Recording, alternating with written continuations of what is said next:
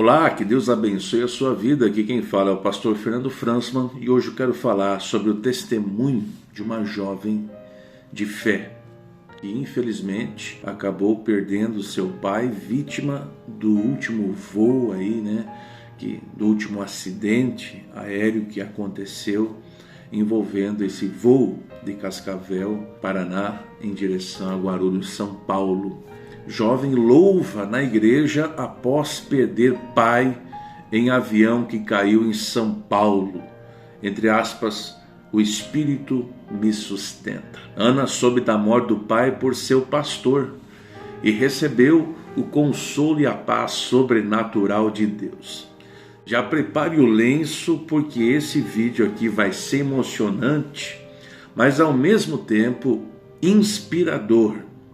O que essa jovem ela fez, a atitude dela realmente foi assim exemplar e nos faz refletir de como está a solidez da nossa fé. E também uma curiosidade sobre a vítima, que é esse senhor que acabou perdendo a sua vida nesse acidente aéreo, e eu conheci ele na cidade de Marechal Cândido Rondon, Paraná. Tive a experiência com ele que eu quero compartilhar o que aconteceu comigo, que marcou a minha vida. Eu tive um contato com ele.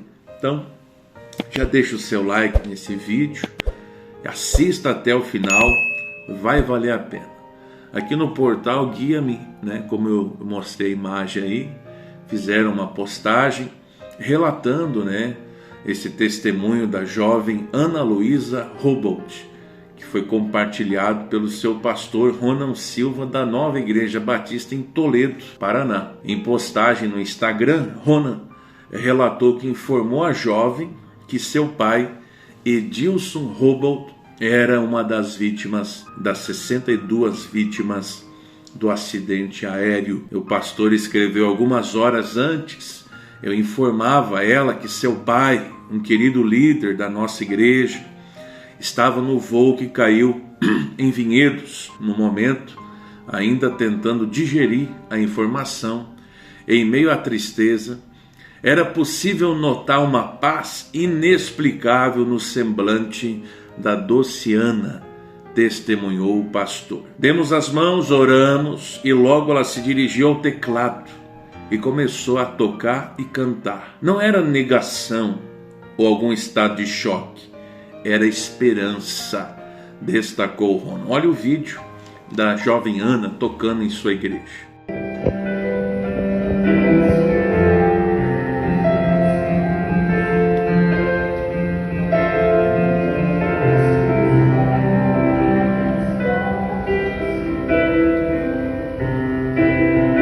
A jovem estava firme na promessa da eternidade, a esperança que um crente em Jesus tem de que o nosso lar não é aqui. Alguns dias antes, a Ana havia escrito um texto que estava preparando para a gravação de um devocional baseado em João 14, onde ela relembrou: não se turbe o vosso coração, credes em Deus, crede também em mim. Na casa de meu pai há muitas moradas, afirmou o líder. O pastor também observou que a Ana escreveu o devocional não sabendo o que aconteceria com seu pai, mas como uma cristã que, seguindo o exemplo de seus pais, vive à luz da esperança eterna. O mundo nunca irá compreender o coração de um filho de Deus que, em meio à dor, encontra motivos para adorar. Que Deus conforte toda a família. Estamos com vocês, concluiu o pastor Ronan. Veja, alguns familiares que também perderam entes queridos nessa fatalidade, nesse acidente. Alguns expressam revolta, indignação, alguns ficam depressivos, outros ficam em estado de choque.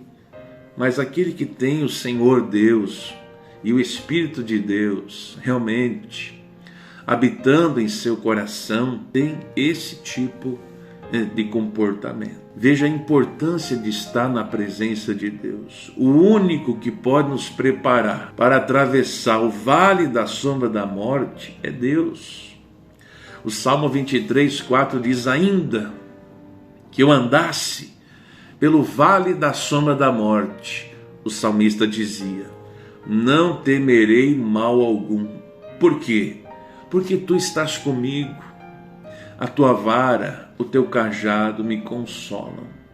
Somente quem busca servir a Deus e ter um relacionamento com o Criador é que estará apto para atravessar os momentos mais duros da vida.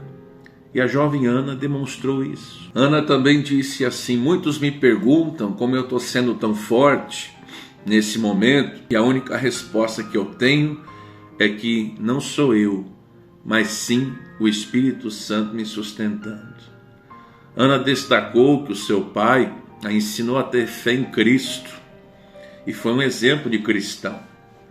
Papai, acredito que todas as pessoas que te conheceram foram impactadas pela sua vida. Você é um exemplo de homem de fé. Sua fé sempre me inspirou. Eu lembro de quando eu via você com o caderno, anotando as mensagens no culto, e eu queria fazer igual, porque é isso que você faz, inspira as pessoas, destacou a filha. Agora, ainda por último, eu visitei o seu Instagram e eu vi um story que ela colocou, dizendo assim: eu ainda não sei o porquê a nossa família, porque meu pai era tão amado por todos, mas eu consigo ver com os mais claros olhos os frutos de tudo isso. Eu sei que eu e a minha família entregamos nossa vida totalmente a Deus e que está tudo nos planos dele. Meu pai teve a chance de realizar o maior sonho dele, que era morar na chácara, de viajar para tantos lugares, de ver eu e meus irmãos crescerem, junto com minha mãe, que foi o maior amor da vida dele. Isso era visível para todos. Ai, papai, o amor de Deus está tão claro nesse momento. Realmente esse é o momento de ser dependente, escreveu Ana, dependente de Deus. É isso que nós, como pais cristãos, e essa postagem, essa história, esse testemunho me fez refletir. Eu tenho uma filha de 5 anos, um filho de 1 ano, e eu quero poder transmitir para eles, que você pai, você mãe também desejem isso, transmitir a fé em Deus e a dependência de Deus ao coração dos nossos filhos. De forma que o dia que precisarmos soltar a mão deles, tanto para a hora que forem casar e sair de casa, como também para o dia que terão que fazer o nosso sepultamento, eles possam estar tão convictos de que estão aliançados em uma comunhão viva com Deus, de que aquela despedida ou aquele até logo não será motivo para temer mal algum, agora que a jornada precisa continuar. A Bíblia diz em 1 Coríntios 6, versículo 17, o que se ajunta com o Senhor é um mesmo Espírito. Hoje, quando eu caminho na rua com a minha filha de 5 anos ou meu filho, eu ando sempre segurando na mão deles bem firme. Se caso tropeçar, se caso atravessar a rua, eu seguro a mão deles bem firme, porque se precisar, eu estou ali. Mas e o dia que eu não estiver? Então, a minha obrigação agora, meu foco agora, é poder prepará-los para que eu possa soltar a mão deles um dia e ter esse feito, como esse homem fez com a sua filha, com sua família. Agora que eles não terão mais ele ali pessoalmente, mas terá o seu legado, sua inspiração, seu exemplo de fé, perdurará para todos sempre, de forma que eles saibam que eles não dependem do homem que eles tinham em casa, que é o Edilson. Eles dependem do Cristo que o Edilson servia e que mantinha e continuará mantendo aquela casa de pé. Eu conheci o Edilson Robo em Marechal Cândido Rondon. Isso foi lá por 2008, por aí.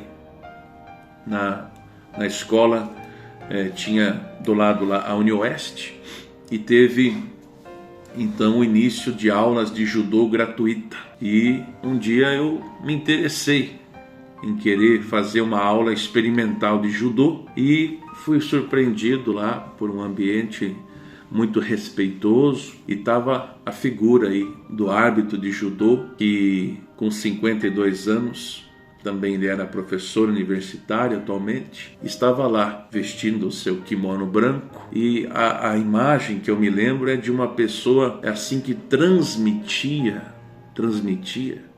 uma paz e um respeito sem precisar levantar a voz. A postura, a forma dele tratar as crianças, junto de um outro colega também, professor ali de judô. Então você vê que um dia só, porque eu só fiz aquela aula experimental e depois não voltei mais. Eu vi que o judô não ia ser para mim naquele momento. Mas aquele um dia que eu fiquei durante 40, 50 minutos com aquele professor, me fez gravar a imagem, ter uma percepção de um homem íntegro, respeitoso e que levava a sério aquilo que fazia.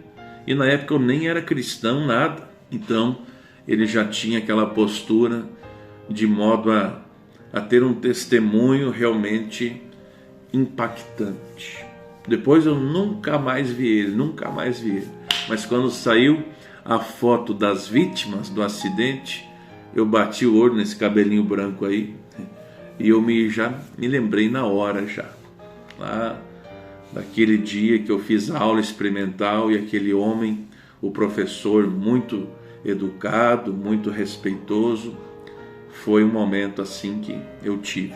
Então a gente tem que ter sempre uma postura de homem de Deus, de mulher de Deus, porque nós somos as cartas vivas do Evangelho de Cristo. Muitas pessoas vão te encontrar uma vez na vida só, né? Você é o sermão ambulante que as pessoas estão lendo Cristo na sua vida. Ou estão lendo o quê? Então, aonde quer que você esteja, faça como o Edilson, transmita aquilo que você tem de melhor para as pessoas que estão à sua volta e permita exalar da sua vida o bom perfume de Cristo. Com certeza, Edilson cumpriu a palavra que diz: ensina o menino, educa a criança o caminho que deve andar, para que depois que estiver velho não se desvie. A jovem Ana mostrou isso, que o seu pai realmente foi bem aventurado nessa criação, nessa educação. Agora nos resta orar para que o Espírito Santo Consolador traga forças a essa família. Que Deus abençoe também a todas as outras famílias ainda enlutadas e passando esse momento difícil, mas que ao mesmo tempo nós sabemos que Deus, Ele sempre faz o melhor. Deixe um like no vídeo, compartilhe para mais alguém. Fique na paz. Que Deus te abençoe.